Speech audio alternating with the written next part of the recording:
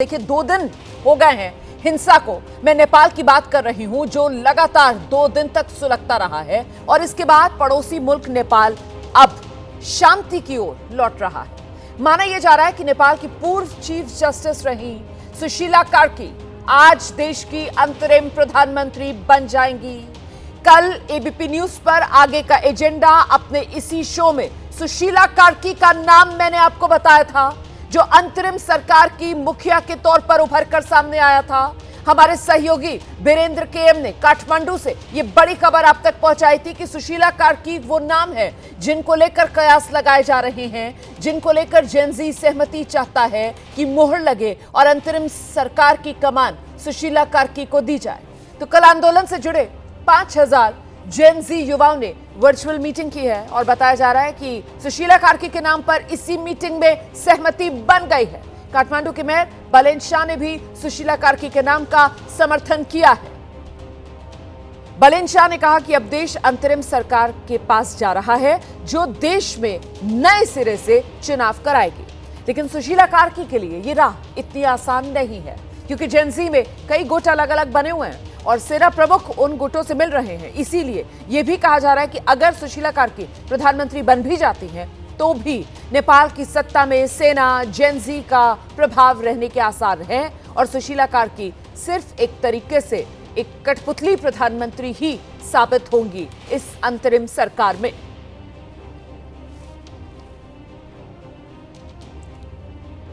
तो ये जो कयास लग रहे हैं इसके पीछे की कुछ वजह भी हैं और वो वजह जानना जरूरी हो जाता है। यही इस वक्त नेपाल का सबसे बड़ा अपडेट भी है जो मैं आपको देने जा रही हूं। सेना प्रमुख अशोक राज की आज मीटिंग होनी है। जनरल सिगडेल 12 अन्य समूहों से मिल रहे हैं और ये जो समूह हैं वो असली जनरेशन जी होने का दावा कर रहे हैं। इनमें राजशाही समर्थक और अन्य समूह शामिल हैं। इन समूह की तरफ से कुछ और नाम भी सामने आए हैं। यानी जो नेपाल में क्रांति के नाम पर जेनजी आगे आया वो अब आपसी खींचतान में फंसता दिख रहा है।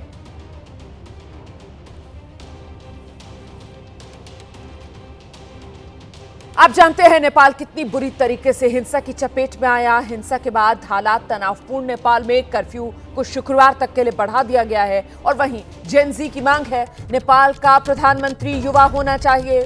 सुशीला कार्की के नाम पर जेनजी के भीतर से कुछ अलग अलग राय निकलकर सामने आ रही है, वो आपको सुनाते हैं। सुशीला कार्की पीएम बन नहीं सकता है क्योंकि वो ऑलरेडी पहले न्यायाधीश हो चुका है। उसने उसका बहुत कांडहरू है, वो विवाद है सुशीला कार्की, इसलिए सुशीला कार्की सक्षम नहीं है। हम जनता यही चाहता है, सुशीला कार्की नहीं चाहता है। हम नया व्यक्ति, नया जेनरेशन का नया व्यक्ति पीएम देखना चाहता है। ये सबका मेजोरिटी में, सबके सहमति में, सबके ये व्यक्ति विशेष के अभी कोई बात नहीं है। ये बात क्या है तो सब लोग मिलकर एक व्यक्ति को चुनना है, प्रक्रिया में जाना है। एजेंडा क्या है?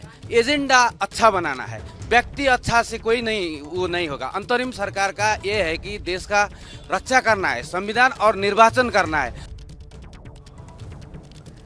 और इस बीच नेपाल में प्रधानमंत्री पद की दावेदार सुशीला कार्की का पहला बयान सामने आ गया है। सुशीला कह रही हैं कि वो राष्ट्रहित में काम करने के लिए तैयार है। सुशीला कह रही हैं कि इस कठिन परिस्थिति में सभी नेपालियों को एकजुट होकर देश के बारे में सोचना होगा, अपने अपने स्थान से राष्ट्रहित में काम करना होगा। ये पहला बयान है सुशीला कार्की का आया है। सुशीला कार्की कह रही हैं कि एकजुट होकर देश के बारे में सभी नेपालियों को सोचना होगा।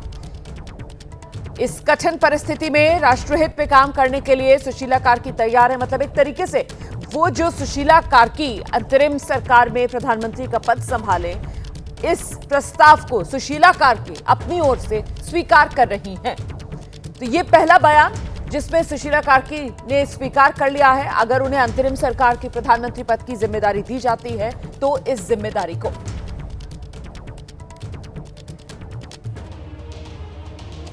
अब सुशीला कार्की का जो नजरिया सामने निकल कर आ रहा है वो तो आश्वस्त नजर आ रही है, लेकिन उनके आगे आने वाली मुश्किलें आखिर क्या क्या होंगी ये समझना बहुत जरूरी हो जाता है। सुशीला कार्की को अभी नेपाल के सेना प्रमुख से मंजूरी लेनी होगी, जो अभी भी जो अन्य जेनजी के अलग अलग गुट हैं, बहुत सारे गुट हैं जेनजी के, उन्हीं अलग अलग गुटों से मुलाकात कर रहे हैं। राष्ट्रपति रामचंद्र पौडेल की मंजूरी जरूरी प्रधानमंत्री पद के लिए, तो एक दूसरी चुनौती या दूसरा पड़ाव वो भी सामने है। सुशीला के अलावा भी कई और नाम हैं जिसको लेकर चर्चा चल रही है। इसमें नेपाल विद्युत प्राधिकरण यानी एनईए के पूर्व निदेशक कुलमन घिसिंग सबसे आगे चल रहे हैं। तो सुशीला कार्की प्रधानमंत्री बन सकती हैं, ये एक थियोरी है, लेकिन इसके अलावा भी नेपाल में सत्ता के लिए अलग अलग थियोरीज, 4 थियोरी हैं जो नेपाल में इस वक्त खूब जोरों शोरों से चर्चा में हैं। वो इस रिपोर्ट से समझिए आप।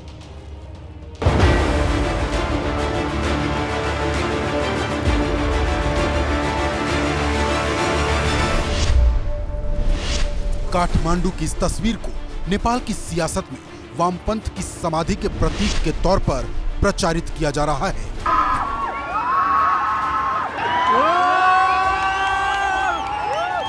कहा जा रहा है कि लाल झंडे की राजनीति अब नेपाल में अतीत का हिस्सा हो चुकी है।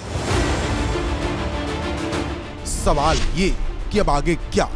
नेपाल ने 2 दिनों में जितना खोया उसे पाने में उसे दशकों लग जाएंगे। आज हमारा ये पड़ोस 20 से 25 साल पीछे चला गया है। अब जिन 5 थ्योरी की चर्चा इस वक्त नेपाल की सत्ता और सियासत के संदर्भ में हो रही है, उसके मुताबिक पहली तो यह है कि क्या नेपाल में हिंदू राष्ट्र की वापसी होगी, क्या फिर से नेपाल में राजतंत्र लौटने वाला है। तीसरी थ्योरी यह भी है कि क्या सेना अपने हाथ में सत्ता ले लेगी। इन तीनों से अलग चौथा सवाल यह भी है कि क्या सत्ता जेनजी के हाथ में जाने वाली है। और 5वां विकल्प ये कि क्या बांग्लादेश की तर्ज पर कोई मॉड्यूल निकलेगा या फिर इन 5 से अलग कोई छठा किरदार नेपाल की सत्ता का प्रतिनिधित्व करेगा। 8 सितंबर को काठमांडू में जब प्रदर्शनकारी जुटे तो खबर यही आई कि सोशल मीडिया बैन के खिलाफ युवाओं का, खासकर जेनजी का प्रदर्शन है। फिर करप्शन और नेपो किड विरोध का जिक्र हुआ और 8 सितंबर की शाम तक जो प्रदर्शन शांतिपूर्वक चल रहा था वो गोलीकांड के बाद हिंसक हो गया। नेपाल के इतिहास में इस कयामत वाली क्रांति के पीछे कई चेहरे हैं। बालेन शाह से लेकर रवि लामिछाने और सुदन गुरंग जैसे लोगों के नाम लिए जा रहे हैं। इन तीनों को जेनजी के अलग अलग गुटों का समर्थन हासिल है।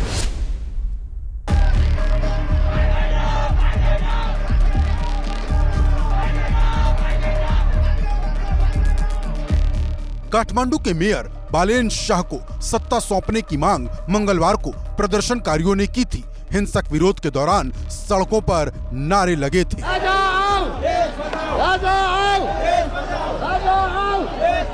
अंतरिम सरकार के गठन में गुटबाजी की वजह से अड़चनें आ सकती हैं। अभी सेना के साथ औपचारिक बैठक भी नहीं हुई है। नेपाल का आर्मी हेडक्वार्टर जंगी अड्डा में आज दिन भर वार्ताएं का सिलसिला जारी रहा, लेकिन लास्ट में ये खबर फैल गई कि अब आने वाला दिन में नेपाल के अंतरिम सरकार के प्रधानमंत्री बनेंगे सुशीला कार्की। वो सुशीला कार्की जो नेपाल के पूर्व प्रधान न्यायाधीश रह चुकी है। सुशीला कार्की के नाम पे बालेन शाह का और रवि लामिछाने का भी समर्थन आ गया है। हालांकि इसका औपचारिकता अभी तक नहीं की गई है, लेकिन ये संभव हो गया है कि कल तक में ये घोषणा हो जाएगी।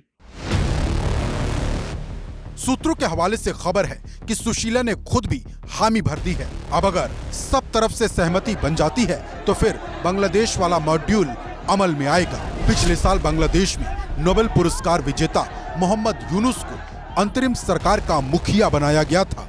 यूनुस गैर राजनीतिक व्यक्ति हैं और सुशीला कार्की का भी राजनीति से दूर दूर तक लेना देना नहीं है। अपने देश में वो भी जाना पहचाना नाम है। There are two ways. One is the army will take all the power and they will run it, which Nepal army said that they won't do it. The second option is army will be in the backup and they will form the people's government or national government.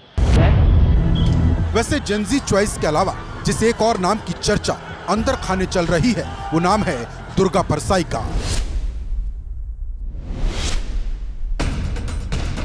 9 मार्च को जब राजा ज्ञानेंद्र काठमांडू लौटे थे, तब राजा लाओ देश बचाओ का नारा दुर्गा परसाई के समर्थकों ने ही दिया था। राजशाही के समर्थक दुर्गा परसाई की अपील पर मार्च महीने में काठमांडू में भारी बवाल हो चुका है।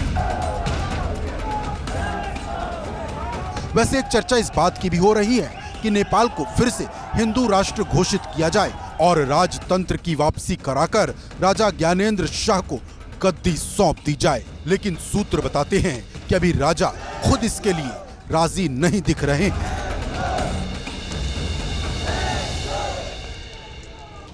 तो देखिए, बड़ी खबर मैं आपको एक और बताती हूँ। सुशीला कार्की और सुशीला कार्की ने आश्वासन दिया है, जिसमें वो जेएनजी को आश्वस्त कर रही हैं कि जो भी पुराने नेता जिन पर भ्रष्टाचार के आरोप लगे हैं उन पर कार्रवाई जरूर की जाएगी। अगर सुशीला कार्की अंतरिम सरकार में प्रधानमंत्री बनती हैं, अगर सुशीला कार्की अंतरिम सरकार की कमान संभालती है, तो सुशीला कार्की की तरफ से जेएनजी को आश्वासन दिया जा रहा है कि भ्रष्ट नेता उन पर एक्शन लिया जाएगा, उन्हें बख्शा नहीं जाएगा। और सीधे अब आपको लेकर चलेंगे नेपाल, काठमांडू, ग्राउंड जीरो। हमारे साथ हमारे सहयोगी बीरेंद्र केएम इस वक्त मौजूद हैं। बीरेंद्र, आपने ही कल सुबह 10 बजे एबीपी न्यूज पर आगे का एजेंडा इस शो में ये जानकारी दर्शकों तक पहुंचाई थी कि सुशीला कार्की का नाम, और ये नाम उभर कर सामने आ सकता है। और आज 24 घंटे बाद जब मैं और आप बात कर रहे हैं, तो सुशीला कार्की के नाम पर ये मान लिया जाए कि करीब करीब सहमति बन चुकी है और सुशीला कार्की के ही हाथ में अब अंतरिम सरकार की कमान जा सकती है। बीरेंद्र जी बिल्कुल रोमाना, मैंने कल ही बताया था कि सुशीला कार्की पे ही, उनके नाम पे ही अंतिम नाम आएगी, उन पे ही असहमति होगी। जैसे ही कल रात में बालेन शाह का फेसबुक स्टेटस आया, वैसे ही ये पुष्टि हो गई कि अब बालेन शाह का भी समर्थन हो गया। अब जाके जो है सुशीला कार्की को ही देश का अंतरिम मंत्री परिषद का अध्यक्ष बनाया जाएगा। हालांकि आज दिन भर फिर से वार्ता की सिलसिला चलेगी, क्योंकि सेना ये नहीं चाहते हैं, सेनापति ये नहीं चाहते हैं कि वो किसी विवाद में पड़े। वो लोकतांत्रिक प्रक्रिया से जो है नया सरकार का गठन कराना चाहते हैं। लेकिन इसमें जाके थोड़ा संवैधानिक अड़चन आ गई है। संवैधानिक अड़चन ये है कि वर्तमान संविधान में ये व्यवस्था है कि जो संघीय संसद होते हैं, यानी कि सांसद होते हैं, वही प्रधानमंत्री बन सकते हैं। तो इसको फिर कैसे किनारा लगाया जाए? तो फिर उसको तोड़ने के लिए संकट काल की एक रास्ता हो जाती है। फिर संकट काल कौन घोषणा करेंगे? राष्ट्रपति को फिर आगे आना होगा। ये सब बात पे अभी जो है संवैधानिक बात सब चलना शुरू हो गया है। और जैसे जैसे कल ये सहमति बन गई या इस टाइप का एक नाम आ गया कि सुशीला कार्की ही जो है नेपाल के मंत्री परिषद के अध्यक्ष होंगे, वैसे वैसे दूसरा बात ये हो गया कि और भी राजनीतिक दल, जैसे कि आज पुष्पकमल दाहाल प्रचंड जो नेपाल के पूर्व प्रधानमंत्री भी रहे हैं, पुष्पकमल दाहाल प्रचंड का भी एक बयान आया है, लंबा चौड़ा बयान आया है। उन्होंने 10 बुदा सुझाव दिया है और उन्होंने इस सुझाव में भी ये कहा है कि जेएनजी जो चाहते हैं वही होना चाहिए, लेकिन संघीय गणतंत्र को लेकर यदि कोई विकल्प खोजा जाता है तो हम उसको विरोध करेंगे। हालांकि उनका ये कहना आ गया। वैसे ही और भी पार्टी राजनीतिक दल के नेताओं का बयान आना शुरू हो गया है। कल तक कोई राजनीतिक दल के नेता नहीं बोल रहे थे, लेकिन आज सुबह से जो है राजनीतिक दलों का भी बयान आना शुरू हो गया है। रोमाना, अगर आप एक बार फिर से जरा विस्तार से और बता पाए बीरेंद्र केएम, आपने बताया जो सिस्टम नेपाल के अंदर है वहां पर सांसद होना जरूरी है। प्रधानमंत्री के तौर पर अगर आपको पद पर पहुंचना है, तो फिर ऐसे में सुशीला कार्की और उनको अगर अंतरिम सरकार की कमान देनी है तो उसके लिए रास्ता कैसे बनाया जाएगा? बीरेंद्र जी बिल्कुल, अभी जो नेपाल में नई संविधान जिसको कहा गया था लोकतांत्रिक आंदोलन यानी कि जन आंदोलन 2 के बाद जब संविधान सभा बनी थी, और संविधान सभा बन जाने के बाद जो नया संविधान बनाया गया था, जिस संविधान ने ये स्वीकार किया गया था कि नेपाल एक संघीय लोकतांत्रिक गणतंत्र मुल्क रहेंगे, उस संविधान के तहत उस संविधान में ये कानूनी व्यवस्था है कि नेपाल के प्रधानमंत्री वही बन सकते हैं जो संघीय सांसद हैं, यानी कि मेंबर ऑफ पार्लियामेंट हैं, वही नेपाल के प्रधानमंत्री बन सकते हैं। ये संवैधानिक सिस्टम है।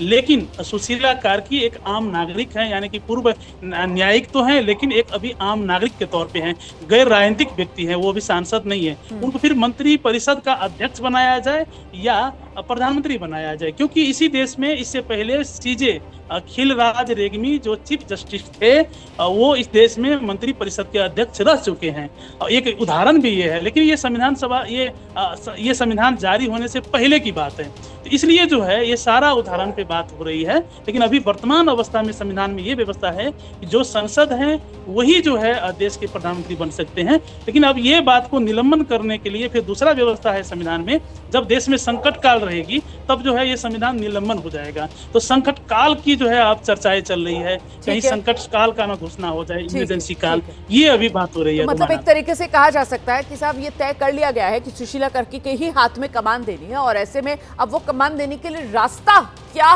तलाशा जाए उसी को लेकर मंथन फिलहाल चल रहा है। इस बीच एक और बड़ी खबर आ रही है, नेपाल में कर्फ्यू की मियाद बढ़ा दी गई है। नेपाल में अब कल सुबह मतलब शुक्रवार सुबह 7 बजे तक कर्फ्यू लागू रहेगा। ये सेना की तरफ से नया आदेश जारी कर दिया गया है। तो नेपाल में कर्फ्यू की मियाद बढ़ा दी गई है। कल सुबह 7 बजे तक नेपाल में कर्फ्यू जारी रहेगा, सेना का नया आदेश।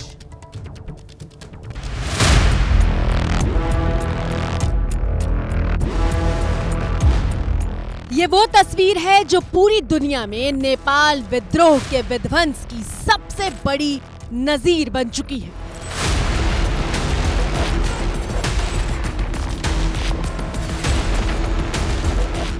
बगावत की ऐसी आग जिसके शोलों ने अपने देश की संसद को ही जलाकर खाक कर दिया।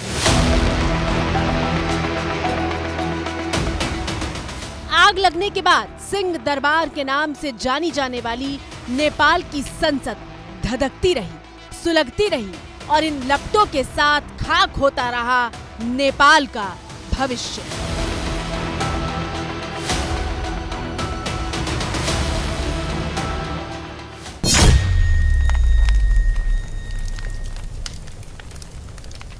इस वक्त मैं मौजूद हूं उस संसद भवन में जिसे यहाँ नेपाल में संघीय संसद कहा जाता है। उस संघीय संसद के हॉल की हालत है, ये मलबे का ढेर है, आग की कुछ लपटें हैं, उठता हुआ धुआं है, और ये बता रहा है कि जिन लोगों ने यहाँ इन नुमाइंदों को चुनकर भेजा था उस जनता को अब इन मंत्रियों में, इन सभापति में यकीन नहीं रहा। उन पर आरोप लगाते हुए इस ऐतिहासिक संसद बिल्डिंग की ये हालत की गई है।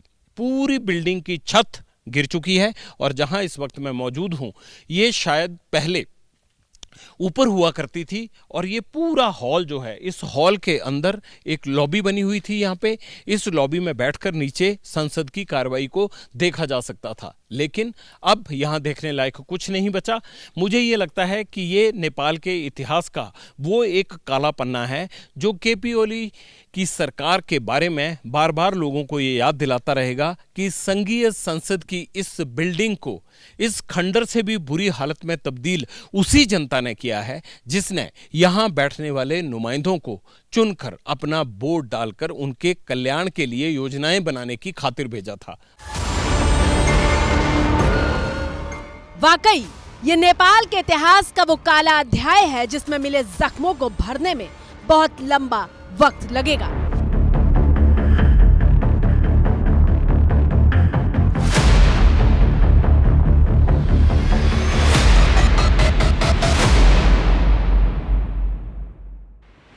सिंह दरबार के नाम से जानी जाने वाली नेपाल की संसद यहाँ की सांस्कृतिक और ऐतिहासिक पहचान का हिस्सा रही है।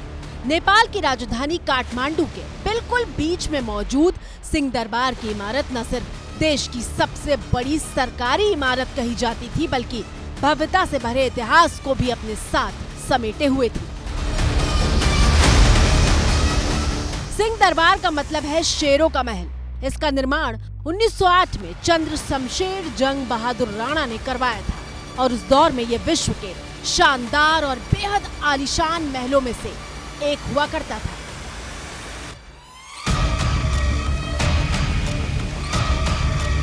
राणा शासन के अंत के बाद सिंह दरबार को सरकारी इस्तेमाल में लाया गया। यह इमारत नेपाल की संघीय व्यवस्था की रीढ़ थी। इस पूरे परिसर में 20 सरकारी मंत्रालय समेत कई कार्यालय थे, लेकिन नेपाल की राजनीतिक और प्रशासनिक गतिविधियों का केंद्र कहे जाने वाले सिंह दरबार में अब सिर्फ राख का ढेर बचा है। इस वक्त मैं उस अनेक्सी में मौजूद हूं जो पार्लियामेंट भवन के बिल्कुल साथ जुड़ी हुई है और जहां से सारे कार्यालय चलते थे, जहां बड़े बड़े मंत्री और उनके सांसद बैठकर देश के बारे में फैसले लिया करते थे। ये उन्हीं दफ्तरों का हाल देख लीजिए। इन चकाचौंध दफ्तरों को इस तरह के काले स्याम मलबे में तब्दील कर दिया गया है। इस नेपाल की संसद में कभी आम आदमी को आने के लिए सैकड़ों पापड़ बेलने पड़ते होंगे, सैकड़ों सिफारिशें लगानी पड़ती होंगी, लेकिन अब इन खंडरों में मुझे नहीं लगता कि कोई यहां अपना पैर भी डालना चाहेगा।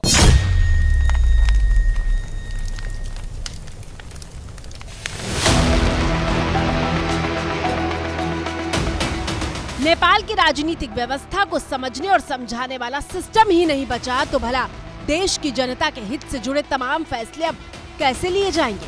संसद भवन के रिसेप्शन एरिया का हाल देख लीजिए। आग लगने के बाद पूरा रिसेप्शन एरिया को, चाहे ऊपर जाने के लिए कॉरिडोर बना हो, उसे तहस नहस कर दिया गया। आग जितनी भी इसमें खूबसूरती और नक्काशी की गई थी वो सारी जल चुकी है। अब पहली मंजिल की तरफ लेके चलते हैं जहां से प्रवेश किया जाता है। इस संसद में गैलरी नुमा ऊपर कॉरिडोर बना हुआ है, अंदर धुआं भरा हुआ है, अभी भी कहीं कहीं आग सुलग रही है। पार्लियामेंट के जो ऑफिसेज ऊपर बने हुए थे ये सब जल चुके हैं। इसे पूरी तरह से दोबारा व्यवस्थित करना होगा, इसे बनाना होगा। सिंह दरबार को ही नहीं फूंक दिया गया बल्कि इमारत में मौजूद तमाम सरकारी और पुलिस की गाड़ियों तक को विद्रोह की आग में भस्म कर दिया गया। आप देख सकते हैं ये वाटर बाउजर है, इसको पूरी तरह से आग की भेंट किया गया। ये आर्मी का ट्रक था, इसको आग लगाई गई है। जितनी भी गाड़ियां मौजूद थी संसद भवन के अंदर, उनको सबको आग की भेंट कर दिया गया है। ये इधर पुलिस की गाड़ी खड़ी है, ये तमाम पुलिस की अधिकारियों की गाड़ियां थी। इन सबको भीड़ ने ना सिर्फ तोड़ा, ना सिर्फ पलटाया, बल्कि इनमें ऐसे आग लगाई कि दोबारा इनको कबाड़ के रूप में लेने से पहले भी कोई 100 बार सोचेगा। जिस इमारत को जलाकर खाक किया गया उसकी कीमत 383 करोड़ रुपए थी।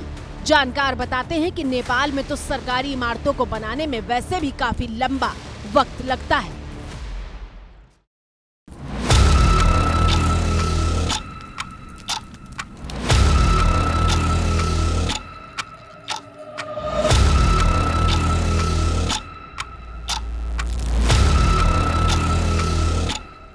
जलते नेपाल में क्रांति कैसे काल बनी उसकी दूसरी तस्वीर अब आपकी स्क्रीन पर मौजूद है।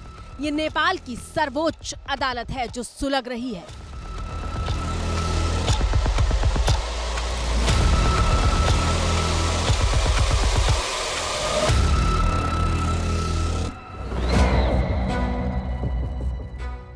सिस्टम के खिलाफ गुस्से ने कानून व्यवस्था के सबसे मजबूत स्तंभ को ही ध्वस्त कर दिया। बताया जा रहा है कि विद्रोह में सुप्रीम कोर्ट को आग के हवाले इसलिए कर दिया गया क्योंकि जब सरकार के खिलाफ याचिका दाखिल की गई थी तो उसे लेने से इनकार कर दिया गया था।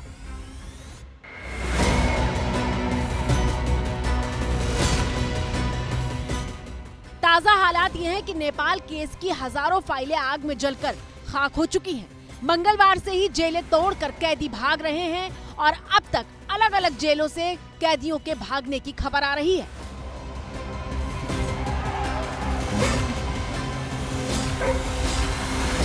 बीरगंज में मैं हूँ और यहाँ पर जिस जेल को तोड़ने की कोशिश की गई उसकी ये गेट है। दरअसल इस गेट को सुबह तड़के आज सुबह उस गेट को तोड़ने की कोशिश की गई।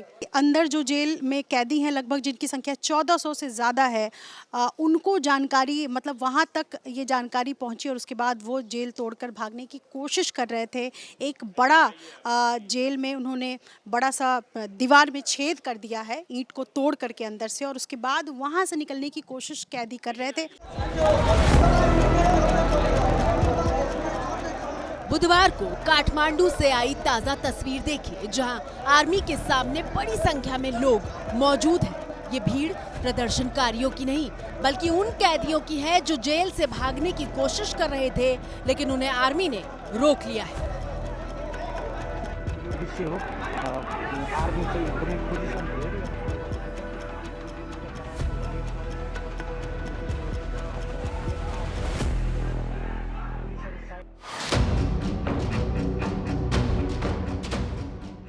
आपकी स्क्रीन पर मौजूद अगली तस्वीर नेपाल के कैलाली जिले में मौजूद कारागार की है, जहां पूरे 697 कैदी बंद थे। लेकिन मंगलवार को भड़के विद्रोह के बीच 692 कैदी इस जेल से फरार हो चुके हैं। हम इस वक्त कैलाली ज़िले में मौजूद है और कैलाली ज़िले का भी ये जो कारागार है और ये जो भारत की जो लखीमपुर खीरी की जो सीमा है उससे बेहद करीब है। और कल यहाँ से भी बड़ी संख्या में जो लोग यहाँ पर जो कैदी यहाँ पर बंद थे वो सब जेल के ताले टूटे और वो यहाँ से निकल करके फरार हो गए। 5 कैदी ही सिर्फ कल की तारीख में यहाँ पर रुके। कल्पना करके देखिए, एक ऐसा देश जिसके पास अपराधी के गुनाहों और निर्दोषों के लिए जुटाए गए सबूतों दोनों का ही कोई हिसाब किताब ना हो, तो फिर वहां के हालात कैसे होंगे। फाइलें जलाई गई हैं, सरकारी भवनों को नुकसान पहुंचाया गया है। जो संसद नेपाल की है या नेपाल का जो राष्ट्रपति निवास है या अन्य बड़े जो संस्थान हैं वो क्षतिग्रस्त हुए हैं, महत्वपूर्ण दस्तावेज क्षतिग्रस्त हुए हैं। लेकिन इसकी जो अगर कभी भरपाई अगर होनी है तो वो तभी हो सकती है कि जब नेपाल की जो सरकार है आने वाले समय में जो भी वहाँ पर अरेंजमेंट बनेंगे उस सरकार को जनता के साथ संवाद स्थापित करना होगा।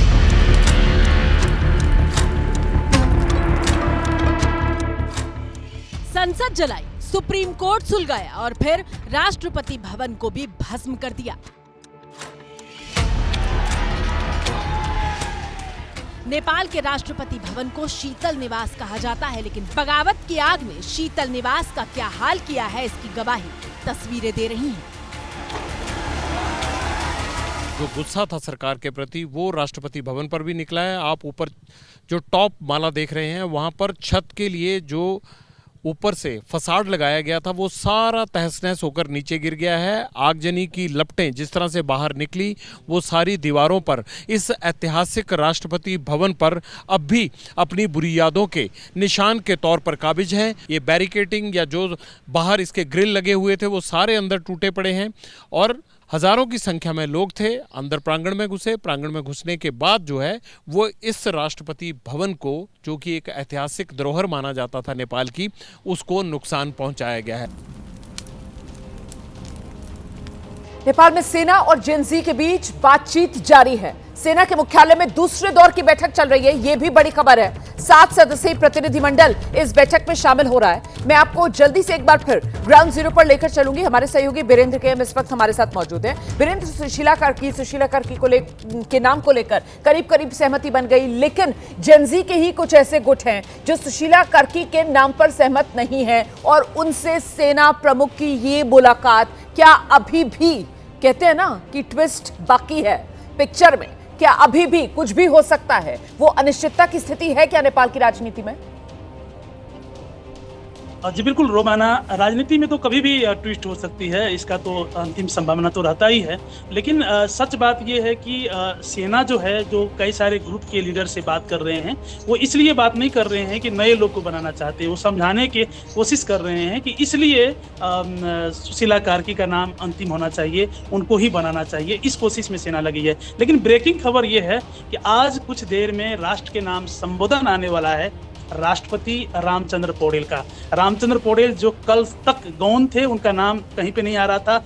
कहा यह भी जा रहा था कि सेना ने उनको अपना बैरक में रखा है, उनको बोलने नहीं दिया जा रहा है। तो आज राष्ट्रपति रामचंद्र पौडेल का जो है देश के नाम संबोधन आएगी और ये भी संभव है कि उसी संबोधन में हो सकता है कि देश में संकट काल की घोषणा की जाएगी। ये ब्रेकिंग खबर है। और अभी इंटरनल मीटिंग जो है जंगी अड्डा, जो सेना का मुख्यालय है जंगी अड्डा, उसके अंतर्गत में जो है चल रही है। और दूसरी बात यह है कि इंटरनल रूप से बालन शाह का जो समर्थन आ गया कि सुशीला कार्की को ही बनाया जाना चाहिए, तो अब ये मामला खत्म हो गया कि अब दूसरा कोई नाम पे कोई छलफल नहीं हो रही है। अब खाली ये रह गया है। तो देखिए, ये बड़ी खबर है जो आपने दी है। देश को दहलाने की एक बहुत बड़ी साजिश जिसका पर्दाफाश हुआ है, बहुत बड़ी साजिश जिसे नाकाम कर दिया गया है। दरअसल ये कार्रवाई हुई है दिल्ली में। दिल्ली पुलिस की स्पेशल सेल ने ये एक्शन लिया है। ISIS के 2 और आतंकवादियों को अब धर दबोचा गया है। कल से अब तक कुल 5 आतंकवादी हैं जिन्हें गिरफ्तार किया जा चुका है और इन 5 से पूछताछ जारी है। ये जो 5 आतंकवादी हैं, इनके तार अलग अलग राज्यों से जुड़े हुए हैं। 5 राज्यों से इनके तार जुड़े हुए हैं। आफ्ताब और सूफियान, 2 आतंकवादी दिल्ली से पकड़े गए। इन्हें गिरफ्तार दिल्ली से किया गया और ये दोनों रहने वाले मुंबई के हैं। इसके अलावा झारखंड के रांची से दानिश नाम का आतंकवादी पकड़ा गया।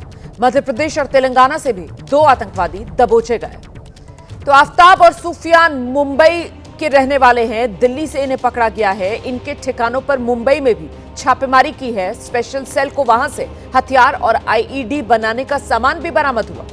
वहीं रांची दानिश के ठिकानों से केमिकल आईईडी बनाने का सामान बरामद हुआ है।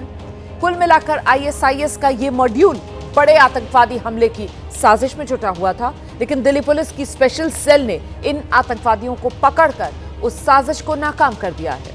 अब वो साजिश क्या थी, कहां हमले का प्लान था, इनके निशाने पर कौन कौन थे, क्या इनके साथ और भी आतंकवादी हैं, इन आतंकवादियों के मददगार कौन हैं, ये वो तमाम सवाल हैं जिनके जवाब मिलना अभी बाकी।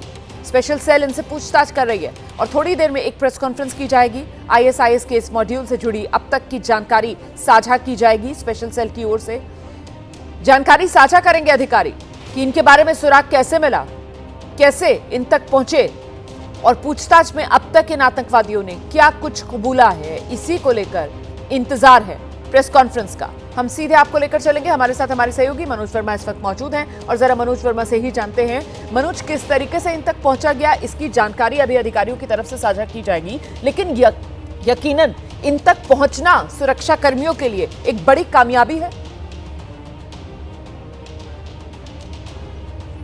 जी बिल्कुल, देखिए रोमाना, एक बहुत बड़ी कामयाबी है दिल्ली पुलिस की स्पेशल सेल और सेंट्रल एजेंसीज की। दरअसल स्पेशल सेल का जो ये ऑपरेशन है पिछले काफ़ी समय से चल रहा था। इसके बाद सेंट्रल एजेंसीज को इस ऑपरेशन में इन्वॉल्व किया गया और इस ऑपरेशन को करने के लिए कई राज्यों में छापेमारी की गई, जिसके अंदर दिल्ली में छापेमारी की गई, मुंबई में, झारखंड में, बेंगलोर में, इसके अलावा मध्य प्रदेश में छापेमारी की गई। 2 संदिग्धों को दिल्ली से गिरफ्तार किया गया, जिसके अंदर आफ्ताब और सूफियान है।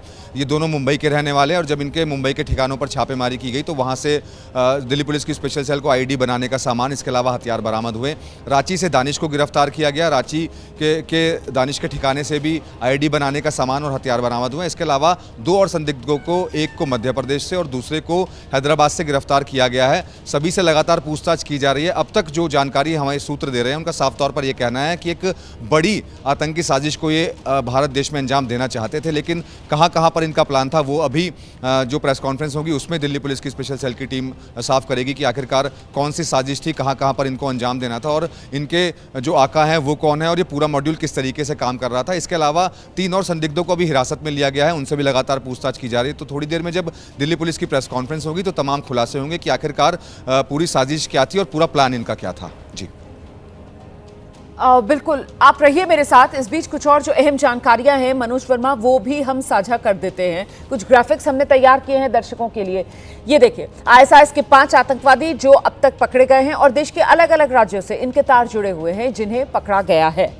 देश को दहलाने की ये बड़ी आतंकवादी साजिश थी जो नाकाम कर दी गई है और इसीलिए सुरक्षा कर्मियों के लिए बड़ी कामयाबी है। दिल्ली पुलिस की स्पेशल सेल को ये कामयाबी हासिल हुई है। अभी कुछ ही देर में दिल्ली पुलिस की स्पेशल सेल की ओर से प्रेस कॉन्फ्रेंस भी की जाएगी जिसमें और जानकारियां साझा की जाएंगी। ये जो आतंकवादी गिरफ्तार किए गए हैं, साथ ही आईडी बनाने का सामान भी इनके पास से बरामद हुआ है। आईएसआईएस मॉड्यूल का पर्दाफाश हुआ है। सीधे एक बार फिर से रुक कर लेते हैं। हमारे साथ मनोज वर्मा लगातार बने हुए हैं और जरा मनोज से ही जानते हैं। मनोज, इन आतंकवादियों तक पहुंचना, इन्हें पकड़ना, इनके पास से वो हथियार और आईडी बनाने का सामान, लेकिन ये जो आईएसआईएस वाला कनेक्शन सामने निकल कर आ रहा है, आईएसआईएस वाला मॉड्यूल, उसका लिंक कैसे जोड़ रहा है मनोज? बिल्कुल, देखिए स्पेशल सेल की जो टीम थी पिछले काफ़ी समय से इस पर काम कर रही थी और काम करने के दौरान स्पेशल सेल की टीम को पता चला कि कई राज्यों में कुछ ऐसे संदिग्ध मौजूद हैं जो कि आईएसआई के साथ लिंक हैं। जब आगे इन्वेस्टिगेशन को बढ़ाया गया और इनको गिरफ्तार किया गया और जब इनके मोबाइल फ़ोन खंगाले गए तब उसमें आईएसआई का जो लिंक है वो सामने आया। हालांकि अभी पूरी जानकारी साझा नहीं की गई है पुलिस की तरफ से। पुलिस का ये कहना है कि प्रेस कॉन्फ्रेंस में ही पूरी जानकारी साझा की जाएगी, लेकिन इतना ज़रूर है कि भारत देश के अंदर एक बहुत बड़ी आतंकी साजिश को अंजाम दिया जाना था। त्योहार त्यौहार आने वाले हैं और हो सकता है कि त्योहारों के मौके पर ही इस साजिश को अंजाम दिया जाना हो। और 5 जो संदिग्ध हैं इनको गिरफ्तार कर लिया गया है। इसके अलावा 3 और संदिग्ध हैं जिनसे लगातार पूछताछ की जा रही है। टोटल 8 लोग थे, तो 5 की गिरफ्तारी कर ली गई है, 3 से लगातार पूछताछ जारी है। अब आगे ये देखना होगा जो पूछताछ में सामने निकल करके आएगी कि आखिरकार किसके कहने पर इस बड़ी साजिश को अंजाम दिया जाना था, कौन इनका आका है, वो क्या देश में ही मौजूद है या फिर विदेश में बैठा हुआ है। ये तमाम जो जानकारी है स्पेशल सेल की टीम थोड़ी देर में जब प्रेस कॉन्फ्रेंस होगी तो उसमें साझा करेगी। अभी कुछ और भी इनके साथी जिनकी तलाश कर रही है स्पेशल सेल की टीम, इसको लेकर कोई जानकारी मिल रही है क्या मनोज? जी बिल्कुल, देखिए आपको बताना चाहेंगे इन संदिग्धों के पास से जो भी मोबाइल फ़ोन बरामद हुए हैं पहले उनको खंगाला जा रहा है, उनकी कॉल डिटेल रिकॉर्ड्स को निकाला जा रहा है। इसके अलावा व्हाट्सएप जो मोबाइल में मौजूद है उसको खंगाला जा रहा है। इसके अलावा कुछ और एप्लीकेशन स्पेशल सेल की टीम को पता चले जिनके ज़रिए ये अपने जो लोग थे उनसे बात किया करते थे। तो अभी बिल्कुल जब आगे की इन्वेस्टिगेशन आगे बढ़ेगी और जो लोग और नाम सामने आएंगे तो उनकी गिरफ्तारी इसमें बिल्कुल हो सकती है। तो ये कहना गलत नहीं होगा कि आगे और गिरफ्तारियाँ नहीं होंगी, लेकिन फिलहाल अभी इन 5 से ही लगातार पूछताछ चल रही है। इनके पास से जो भी डिवाइस बरामद हुए हैं, जो चीज़ें बरामद हुई हैं उनको खंगाला जा रहा है। और जब मोबाइल फ़ोन को अच्छे से खंगाला जाएगा तो मुमकिन है कि उसके अंदर और भी जो कंटेंट है वो निकल करके सामने आएगा कि आखिरकार ये किससे बात करते थे, कौन इनका आका है, वो कहाँ पर बैठा हुआ है, किस तरीके से ये क्या एक दूसरे से कनेक्ट थे या फिर अलग अलग बात कर रहे थे। तो जो तमाम चीज़ें हैं वो आगे इन्वेस्टिगेशन में सामने आएंगी। लेकिन इतना ज़रूर है कि ये एक बहुत बड़ी कामयाबी है स्पेशल सेल की टीम के लिए भी और एजेंसीज़ के लिए भी कि 5 संदिग्धों को जो गिरफ्तार किया है, एक बहुत बड़ी साजिश का जो है पर्दाफाश दिल्ली पुलिस की स्पेशल सेल की टीम ने किया है। एक और बड़ी खबर आ रही है दिल्ली से ही। दिल्ली के जहांगीरपुरी इलाके में इनकाउंटर। रोहित गोदारा गैंग बताया जा रहा है, उसी का बदमाश अंकित, उसे गिरफ्तार किया गया है। पुलिस की गोली लगने से यह बदमाश घायल हुआ और फिर पुलिस ने इसे गिरफ्तार कर लिया।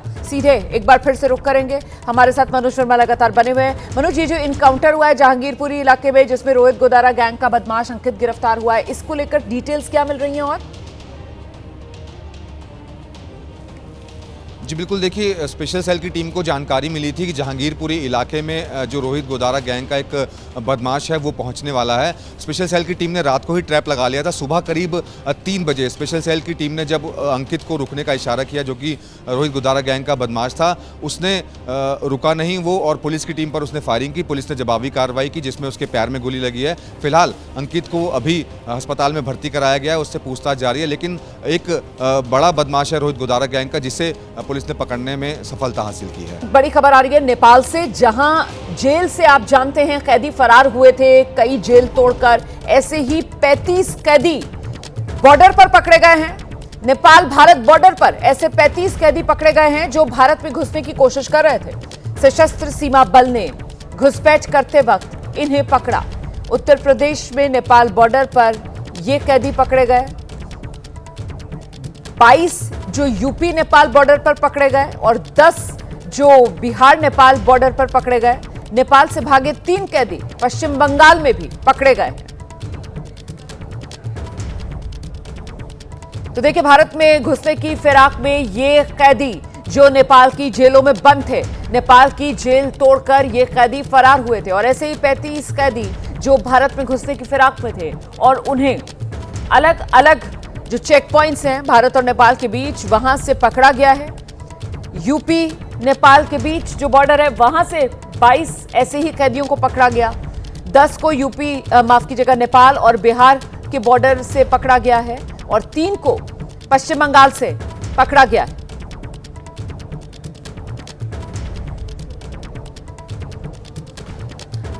तो सैकड़ों की तादाद में कैदी थे जो नेपाल की जेलों से फरार हो गए थे। जिस तरीके का हिंसक आंदोलन नेपाल में हुआ उसके बाद हर तरफ अराजकता थी और इसी अराजकता का फायदा उठाकर नेपाल की जेलों में भी जेल ब्रेक जो कैदियों की तरफ से किया गया और सैकड़ों कैदी फरार हुए।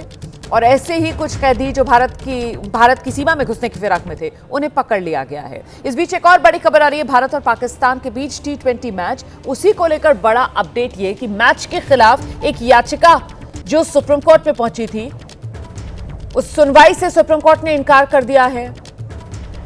मैच होने दीजिए, हम रोक नहीं लगाएंगे, यह सुप्रीम कोर्ट की तरफ से साफ कर दिया गया है। तो एशिया कप में भारत और पाकिस्तान के बीच भिड़ंत और इसी मैच को रुकवाने के लिए सुप्रीम कोर्ट तक याचिका पहुंची। उस याचिका को सुप्रीम कोर्ट की तरफ से एंटरटेन नहीं किया गया है। सुप्रीम कोर्ट ने सुनने से ही इनकार कर दिया याचिका को और सुप्रीम कोर्ट की तरफ से एक टिप्पणी जरूर की गई है कि मैच होने दीजिए, हम रोक नहीं लगाएंगे।